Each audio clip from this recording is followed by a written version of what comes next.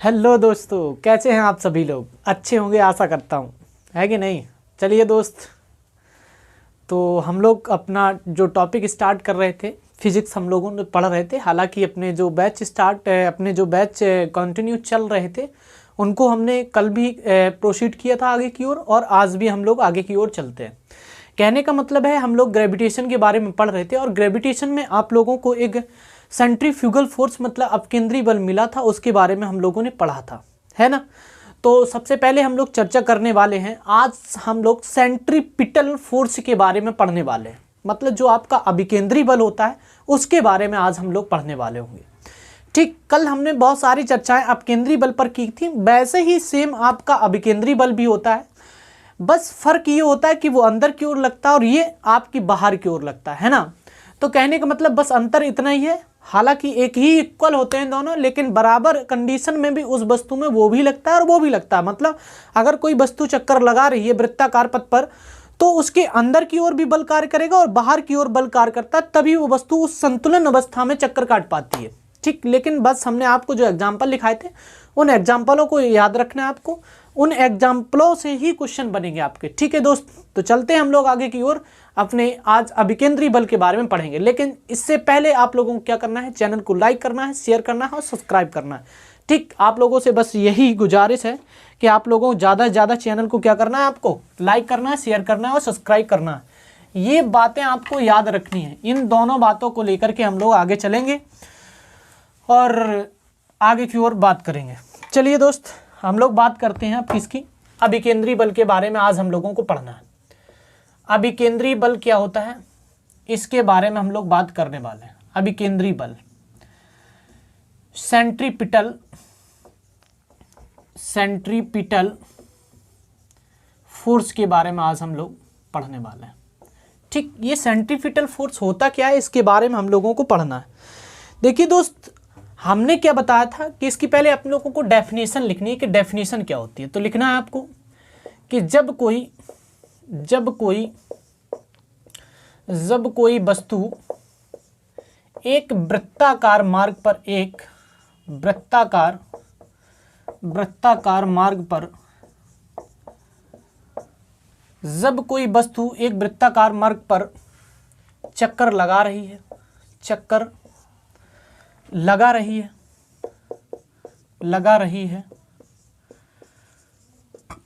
तो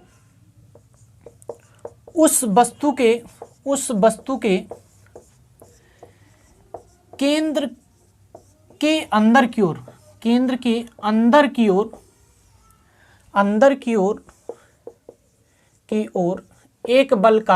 एक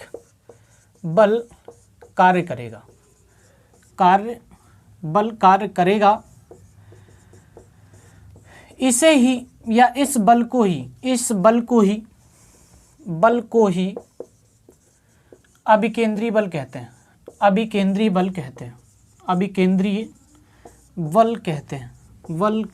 हैं।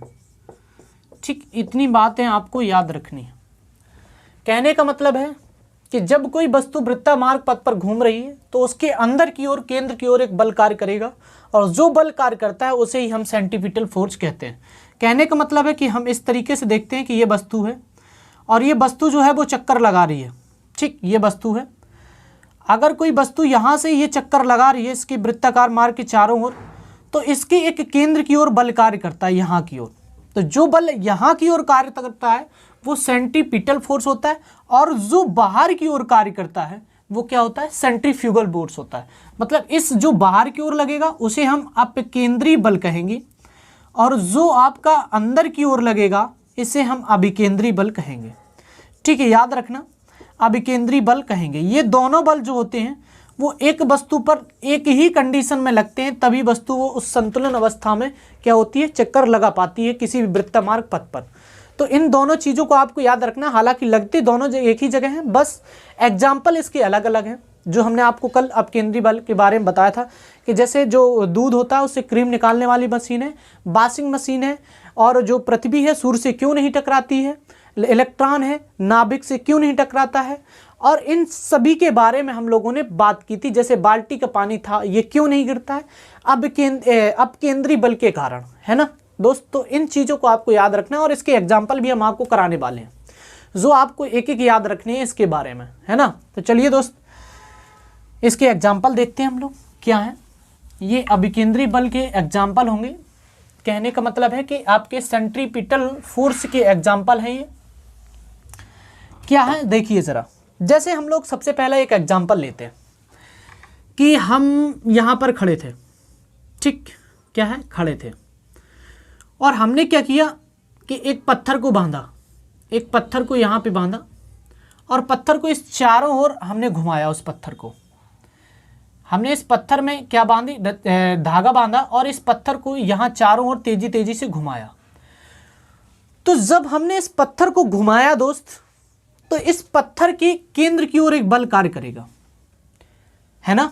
एक पत्थर केंद्र की ओर कार्य करेगा, तो इस बल को ही क्या कहते हैं हम, अभिकेंद्री बल कहते हैं।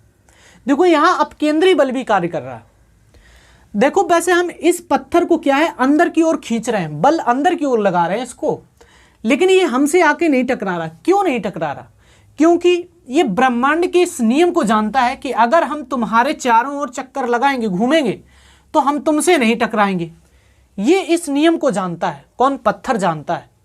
तो पत्थर ने तुरंत इसको घूमना शुरू किया, तभी तो ये इससे टकरा नहीं पा रहा। इसका मतलब है कि इसके बाहर की ओर भी एक बल कार्य कर रहा है, और जो बाहर की ओर बल कार्य कर रहा है वो सेंट्रीफ्यूगल फोर्स है, मतलब अपकेंद्री बल कार्य कर रहा है कि नहीं? तो याद रखें, ये सेंट्रीफ्यूगल फोर्स यहां भी कार्य कर रहा है, जो पत्थर आपका घूम रहा है। समझ में आई बात? तो आप इसको याद रखना है आपको। अगला दूसरा एक एग्जाम्पल देखें। देखिए जरा, अब दूसरा अगर हम एग्जाम्पल की बात करें या दूसरे एग्जाम्पल की बात करते हैं तो क्या मिलता है हमें दूसरा एग्जाम्पल। जैसे देखते हैं कि जो पृथ्वी है वो सूर्य के चारों ओर चक्कर लगा रही है, ठीक, क्या है, पृथ्वी है, आपका ये सन है, ठीक, ये क्या है, ये आपका सन है। तो जो सन है वो पृथ्वी के चारों ओर चक्कर लगा रही है। ये जैसे पृथ्वी है आपकी, ये सूर्य के चारों ओर चक्कर लगा रही है, ठीक, ये लगा रही है। जब ये पृथ्वी इसके चारों ओर चक्कर लगा रही है, तो आपसे अगर क्वेश्चन पूछा जाए कि पृथ्वी सूर्य के चारों ओर चक्कर लगाती है किस बल के कारण, तो अभिकेंद्री बल के कारण। याद रखना, पृथ्वी सूर्य का चक्कर किस बल के कारण लगा रही है? अभिकेंद्री बल के कारण। मतलब इसके अंदर की ओर भी एक बल कार्य करता है, तभी पृथ्वी सूर्य के चारों ओर चक्कर लगा रही है। लेकिन अगर आपसे क्वेश्चन ये कह दिया जाए कि पृथ्वी सूर्य से क्यों नहीं टकराती है, तो फिर आपको क्या लगाना है? अभिकेंद्री बल। अपकेंद्री बल के कारण ये टकराती नहीं है। कहने का मतलब है इसके बाहर भी एक बल कार्य कर रहा है, अपकेंद्री बल कार्य कर रहा है इसमें, और अपकेंद्री बल कार्य करने की वजह से जो पृथ्वी है वो सूर्य से नहीं टकरा रही, जबकि घूमने की प्रक्रिया जो है वो क्या कहला रही? अभिकेंद्री बल कहला रहा। देखिए दोनों चीजों में अंतर है। आपको अगर ये अंतर समझ में नहीं आ रहा तो आप इन दोनों में कंफ्यूजन रहेगी बर हमेशा। मतलब ये पृथ्वी किस बल के कारण चक्कर लगा रही है, तो आपको लिखना है अभिकेंद्री बल के कारण। किसके कारण? अभिकेंद्री बल के कारण ये क्या कर रही है? चक्कर लगा रही है। लेकिन अगर आपसे क्वेश्चन ये कहा जाए कि पृथ्वी सूर्य से क्यों नहीं टकराती है, तो फिर आपको क्या लगाना है? अपकेंद्री बल, क्योंकि यहां इसके बाहर की ओर भी बल कार्य कर रहा है और अंदर की ओर भी बल कार्य कर रहा है, इसीलिए ये पृथ्वी जो है वो संतुलन अवस्था में क्या कर रही है? इससे टकरा नहीं रही है। समझ में आई बात? तो इन्हीं बातों को आपको समझना है।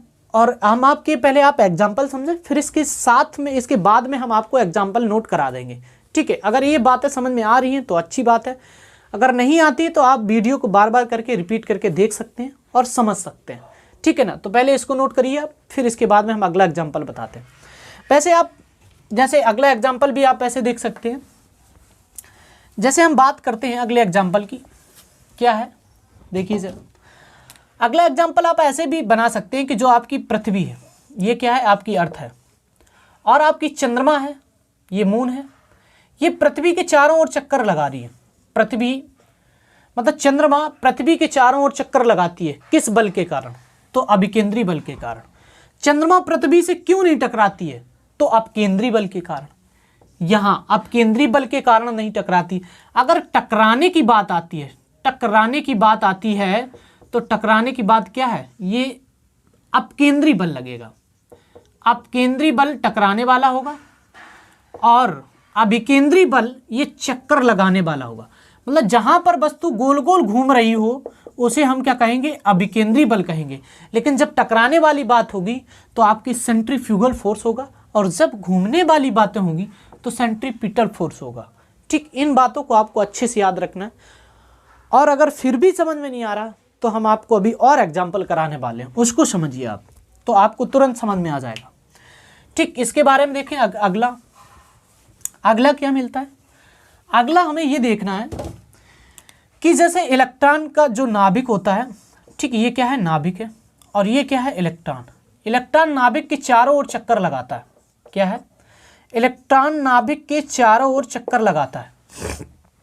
बात को समझिए आप कि इलेक्ट्रॉन जो है वो नाभिक के चारों ओर चक्कर लगाता है, किस बल के कारण। तो आपको क्या लगाना है, अभिकेंद्री बल के कारण इलेक्ट्रॉन नाभिक के चारों ओर क्या करता है, चक्कर लगाता है। लेकिन अगर आपसे ये कह दिया जाए कि इलेक्ट्रॉन नाभिक में क्यों नहीं टकराता है जा करके, तो याद रखना आपको इसमें क्या लिखना है, टकराने की बात आती है तो कौन सा बल आएगा, अपकेंद्री बल आएगा, मतलब सेंट्रीफ्यूगल फोर्स आएगा। और जबकि सेंट्रीपिटल फोर्स की वजह से ये गोल गोल क्या कर रहा है, चक्कर लगा रहा है, किसके, नाभिक के चारों ओर। ठीक, इन्हीं बातों को आपको पकड़ना है और एक एक बात को समझना है। बहुत कोई बड़ी बात नहीं है ये, मतलब नॉर्मल से एक पॉइंट है जो आपको याद रखने हैं, ठीक है ना। तो इसको नोट करिए, फिर इसके बाद में अगले एग्जाम्पल हम और आपको कुछ बताने वाले हैं, पहले इनको नोट करें आप।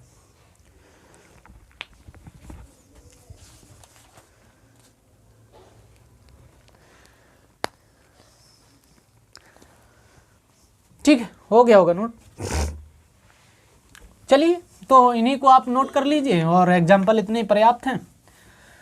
और जैसे अगर हम लोग प्रैक्टिस जब करेंगे ना तो क्वेश्चन जैसे आते जाएंगे उनके बारे में हम लोग पढ़ते जाएंगे। चलिए देखिए, पहला क्या था, पहला वाला एग्जाम्पल जो था वो लिखा था कि रस्सी से बंधा हुआ पत्थर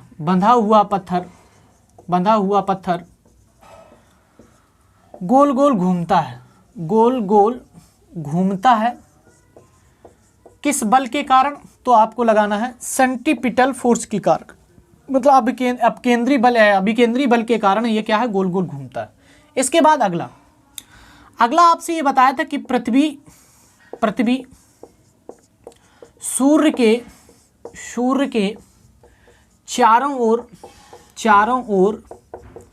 चक्कर लगाती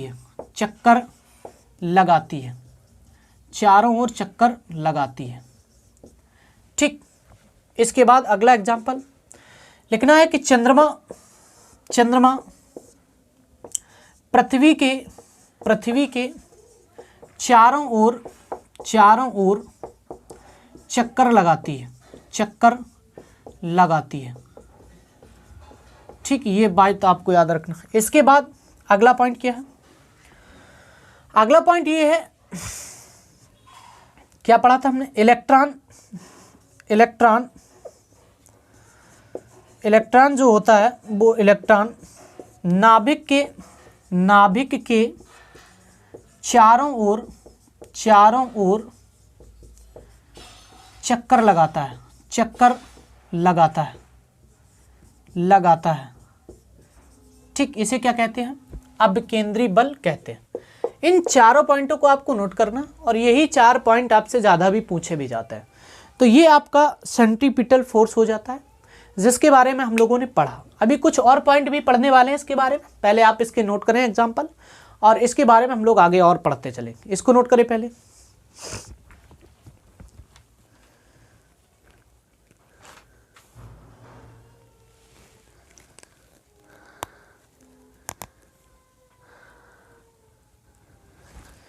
चलिए दोस्त, इतना हो गया होगा। देखिए, अब एक फॉर्मूला निकल के आता है, क्या हम लोगों ने अपकेंद्री बल या अभिकेंद्री बल दोनों के बारे में पढ़ा होता है, तो हम ये कह सकते हैं इसका फॉर्मूला क्या होता है। देखिए ज़रा, आपको लिखना है कि अपकेंद्री बल या अभिकेंद्री अभिकेंद्री बल, अभिकेंद्री बल। ठीक, इसके बारे में हम लोगों को पढ़ना। हम लोग पढ़ते हैं कि अभिकेंद्री बल या अभिकेंद्री बल बराबर होता है F बराबर mb² होता है। क्या होता है? mb² होता है।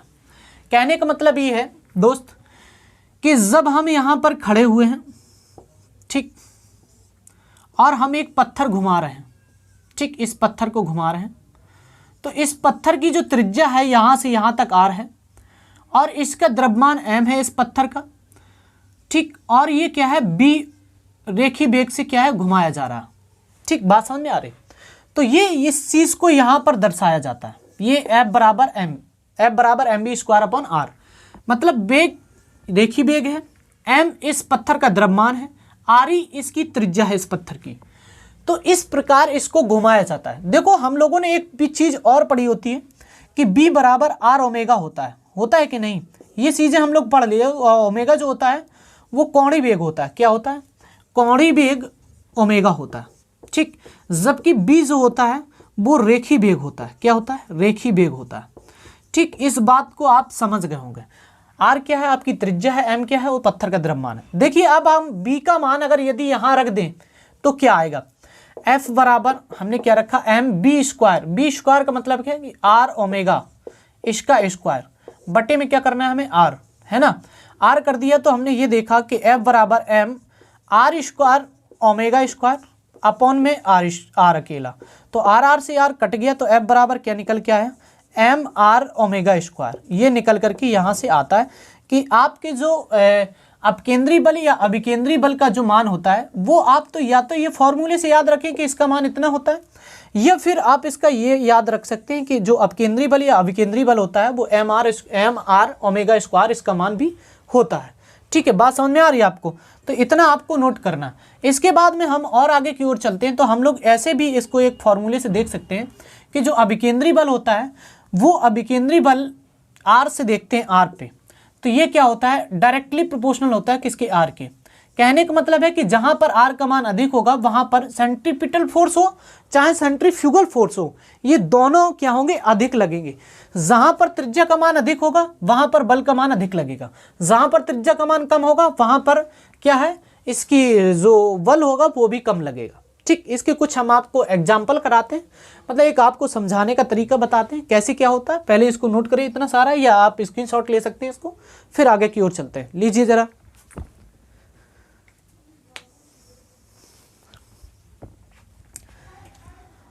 देखिए जरा भाई, आपने नोट कर लिया होगा इतना, देखिए जरा क्या पढ़ रहे हैं हम लोग। तो ये देखिए हमने ये पढ़ा था कि F जो होता है वो डायरेक्टली प्रोपोर्शनल होता है किसके? R के। मतलब जहां R का मान अधिक होगा वहां पर सेंट्रीपिटल फोर्स का मान या सेंट्रीफ्यूगल फोर्स का मान अधिक होगा। देखिए जरा हम एक देखते हैं अच्छा होता है कि नहीं। हमने क्या किया? ये पृथ्वी है मान के चलिए, है ना? ये केंद्र है। अब यहाँ से हमने ये देखा कि एक व्यक्ति को हमने यहाँ खड़ा कर दिया, एक व्यक्ति को हमने यहाँ खड़ा कर दिया, एक व्यक्ति को यहाँ खड़ा कर दिया, फिर एक व्यक्ति को हमने यहाँ खड़ा कर दिया, फिर एक व्यक्ति को हमने यहाँ खड़ा कर दिया, एक व्यक्ति को हमने यहाँ खड़ा कर दिया। इस प्रकार से हमने ये खड़ा कर दिए इस व्यक्तियों को। ठीक, ये खड़े होगा। जब हम यहाँ पर इस तरीके की कंडीशन देखते हैं कि ये व्यक्ति जो हैं वो खड़े हो जाते हैं, ठीक, ये खड़े होगा। देखिए जरा, जब ये व्यक्ति खड़े हो जाते हैं तो क्या होता है? देखें अब क्या है कि दो व्यक्ति खड़े हो गए। हमने ये कहा कि जहां पर r का मान अधिक होगा वहां पर सेंट्रीपिटल या सेंट्रीफ्यूगल का मान अधिक होगा। कहने का मतलब है कि अगर ये व्यक्ति यहाँ खड़ा है तो इसका त्रिज्या का मान कुछ अधिक होगा, लेकिन जब हम यहाँ पर पहुँचेंगे तो इसका व्यक्ति की त्रिज्या का मान कुछ कम होगा, लेकिन जब हम और यहाँ पहुँचेंगे तो इसकी त्रिज्या का मान और कम होगा, जब हम यहाँ पहुँचेंगे तो इसकी त्रिज्या का मान और भी कम होगा। जहाँ पर त्रिज्या का मान अधिक होगा वहाँ बल भी अधिक लगेगा, क्योंकि आप देखिए अब जब पृथ्वी रोटेट कर रही होगी, पृथ्वी कैसे रोटेट करती है? पश्चिम से पूर्व या पूर्व से पश्चिम। तो पृथ्वी जो होती है वो आपकी पश्चिम से पूर्व की ओर रोटेट करती है। कहाँ की ओर घूमती है? पश्चिम से पूर्व की दिशा की ओर आपकी पृथ्वी घूमती है। समझ में आ रही बात आपको? तो जब पृथ्वी पश्चिम से पूर्वी दिशा की ओर घूमती है तो जब ये घूमेगी, ठीक, ये घूमी, समझ में आई बात? तो जब ये घूमी आपकी, तो घूमेगी तो देखिए अब ये जो व्यक्ति होगा, जितनी केंद्र से जितनी अधिक तेजी से अंदर की ओर बल लगेगा उतने ही इसको क्या है, बाहर की ओर भी बल लगेगा उतना ही अधिक, क्योंकि इसकी त्रिज्या का मान अधिक है तो बल का मान भी अधिक होगा। लेकिन जब हम यहाँ बात करेंगे किस पर खड़ा हुआ व्यक्ति, अगर पोल पर खड़ा हुआ व्यक्ति होगा, जो ध्रुव पर खड़े हुए व्यक्ति होगा, उस पर कोई प्रभाव नहीं पड़ेगा, क्योंकि वो तो ना घूम रहा है ना स्थिर है। कहने का मतलब वो तो एक जगह स्थिर है, ऐसे ही खड़ा हुआ है, तो वहां त्रिज्या का मान शून्य है, तो वहां पर बल के मान पर कोई प्रभाव नहीं पड़ने वाला।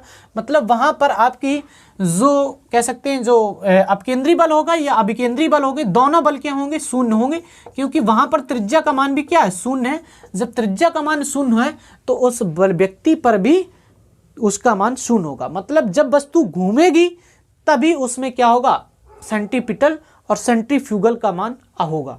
लेकिन जब वस्तु घूमेगी नहीं तो उस वस्तु में कोई भी मान नहीं होगा।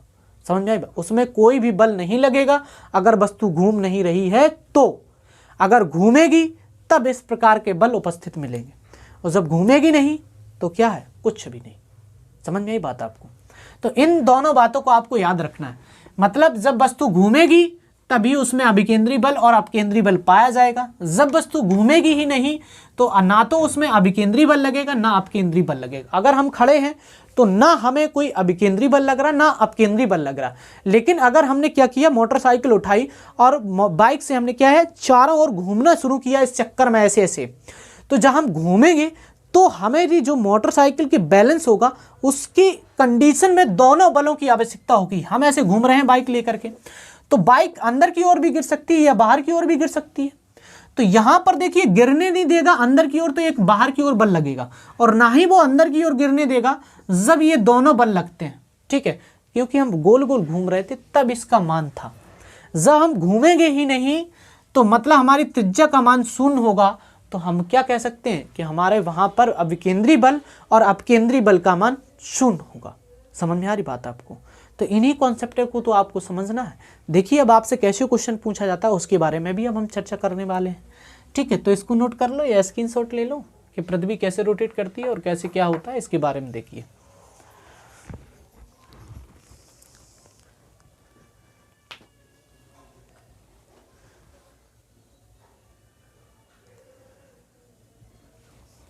चलिए भाई देखिए जरा, अब आपसे क्वेश्चन कैसे पूछा जाता है। अब आपसे क्वेश्चन कैसे पूछा जाता है इस बात को देखें आप। अब क्वेश्चन आपसे ये पूछा जाता है, भैया देखो, यदि पृथ्वी घूमना बंद कर दे, घूमना बंद कर दे तो विषुवत रेखा पर खड़े व्यक्ति पर अभिकेंद्री बल, अभिकेंद्री बल के मान पर क्या प्रभाव पड़ेगा। देखिए जरा, इतनी ही बातें हम लोगों को लेनी थी। कहने का मतलब है, अब देखिए आप, जब हमने कहा कि भाई अब पृथ्वी घूम रही है तो जहां घूमेगी, जहां त्रिज्या का मान अधिक होगा वहां पर आर का मान अधिक होगा। और जैसे ही हमने एक आपको एग्जाम्पल बताया था कुलदीप और अमन वाला, जिसमें हम लोगों ने फाइटिंग कराई थी, है ना, तो उस दौरान क्या था कि देखो हमने क्या कहा था कि अमन जो है वो गोल गोल घूम रहा है और फिर वो कुलदीप से लड़ रहा है। अगर अमन गोल गोल घूमना बंद कर देगा तो कुलदीप से क्या है, लड़ जाएगा और वो अपनी पूरी ताकत लगा देगा। कहने का मतलब है कि अगर पृथ्वी घूमना बंद कर देगी तो यहाँ पर जो व्यक्ति होगा वो एकदम से क्या होगा, स्ट्रेट खड़ा हो जाएगा। जब खड़ा हो जाएगा ना तो वो अंदर की ओर झुकेगा ना बाहर की ओर, क्योंकि जब इसमें गति ही नहीं रही तो वो खड़ा हो गया। तो कहने का मतलब है कि यदि व्यक्ति कहाँ पर है, विषुवत रेखा पर खड़ा है और पृथ्वी घूमना बंद कर दे तो आपके जो सेंट्रीफ्यूगल फोर्स का मान होगा वो या आप केंद्रीय बल का मान होगा, अपकेंद्री बल या अभिकेंद्री बल दोनों लिख सकते हैं आप। अपकेंद्री बल या अभिकेंद्री बल क्या होगा, तो याद रखें अपकेंद्री बल व अभिकेंद्री बल का दोनों का मान क्या होगा, शून्य होगा, क्योंकि यहाँ पर जब घूमेगा ही नहीं तो क्या होगा, उसका बल का मान शून्य हो जाएगा। समझ में आई बात, समझ रहे हैं ना आप। देखो अब आपसे क्वेश्चन क्या कहेगा, ऐसे यहीं से लिख लें आप, बस विषुवत रेखा के अलावा आपको क्या कर लेना है, विषुवत रेखा हटा करके आपको ध्रुव पर लिख देना है। क्या, ध्रुव पर क्या करना है, ध्रुव पर। ध्रुव पर खड़े हुए व्यक्ति के अपकेंद्री बल के मान पर क्या प्रभाव पड़ेगा। याद रखें दोस्त, जब वो ध्रुव पर खड़ा है, ध्रुव पे तो वैसे भी नहीं घूम रही थी ना पृथ्वी, है कि नहीं, यहाँ पर त्रिज्या का मान शून्य था, वो व्यक्ति यहाँ खड़ा हुआ था, वो तो पहले भी नहीं घूम रहा था जब पृथ्वी घूम रही थी, और अब उसने घूमना भी बंद कर दिया तब भी उस व्यक्ति पर कोई प्रभाव नहीं पड़ने वाला। तो याद रखना है कि इसके बल के मान पर कोई प्रभाव नहीं पड़ेगा। क्या है, जो अपकेंद्री बल या अभिकेंद्री बल होंगे, अपकेंद्री बल के मान पर कोई प्रभाव नहीं पड़ेगा, कोई प्रभाव नहीं पड़ेगा। ठीक, याद रखना है आपको, इन बातों को नोट करना है। समझ में आ रही बात कि नहीं, तो इन बातों को आप नोट करें और आगे की ओर चलते चलें। समझ में आई बात, तो इसको नोट कर लें और फिर हम लोग कुछ और बातें करने वाले होंगे, तो इतना नोट करें।